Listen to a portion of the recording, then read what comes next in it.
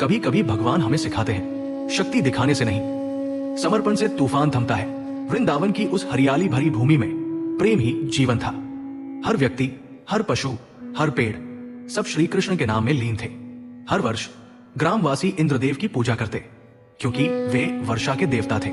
गांव वाले मानते, अगर इंद्र प्रसन्न होंगे तो फसलें लहलहाएंगी। एक दिन नन्हे कृष्ण ने देखा, सब लोग व्यस्त हैं इंद्र यज्ञ की तैयारी में। माँ यशोदा से पूछा, माँ ये सब क्या कर रहे हैं? यशोदा बोली, लाल, इंद्रदेव को प्रसन्न करने के लिए यज्ञ होता है, वही वर्षा देते हैं। कृष्ण मुस्कुराए, माँ वर्षा तो प्रकृति का हिस्सा है, हमारे गोवर्धन पर्वत से ही तो गायों को चारा मिलता है, नदियां बहती हैं, हमें इंद्र नहीं इस पर्वत की पूजा करनी चाहिए। कृष्ण ने पूरे गांव को बुलाया और कहा, हमारे जीवन का आधार गोवर्धन पर्वत है, वही हमारे लिए जल, अन्न और आश्रय देता है, तो आज से हम गोवर्धन की पूजा करेंगे।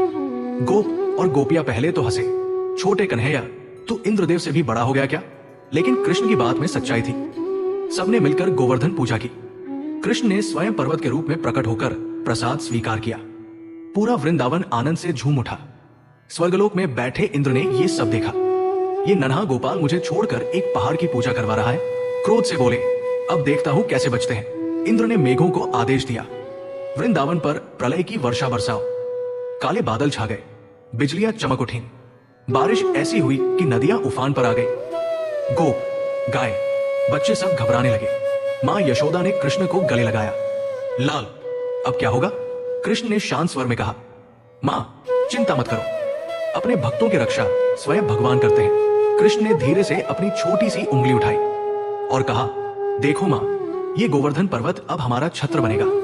क्षण भर में पूरा पर्वत उनकी उंगली पर उठ गया। गांव वाले आश्चर्य में पड़ गए।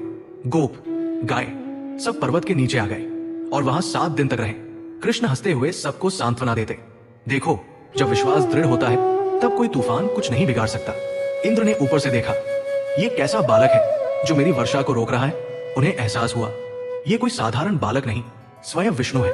इंद्र नीचे झुके और बोले, प्रभु मेरी आंखों से अहंकार का पर्दा हट गया। आपने सिखाया सच्ची शक्ति भक्ति में है, न कि अभिमान में। कृष्ण ने कहा, इंद्र याद रखो, जब तक मनुष्य प्रकृति और ईश्वर का सम्मान करेगा उसका जीवन सुखी रहेगा, और जब अहंकार बढ़ेगा वही उसका पतन होगा। वृंदावन फिर से हरा भरा हो गया। लोगों ने प्रण किया, हम हर वर्ष गोवर्धन पूजा मनाएंगे, उस प्रेम और भक्ति की याद में। जब भी जीवन में तूफान आए, याद रखना, जिसने पर्वत उठाया था वो आज भी अपने भक्तों का भार उठाता है। जय श्री कृष्ण। यदि आपको ये कथा अच्छी लगी है तो कमेंट में जय श्री कृष्ण जरूर लिखें।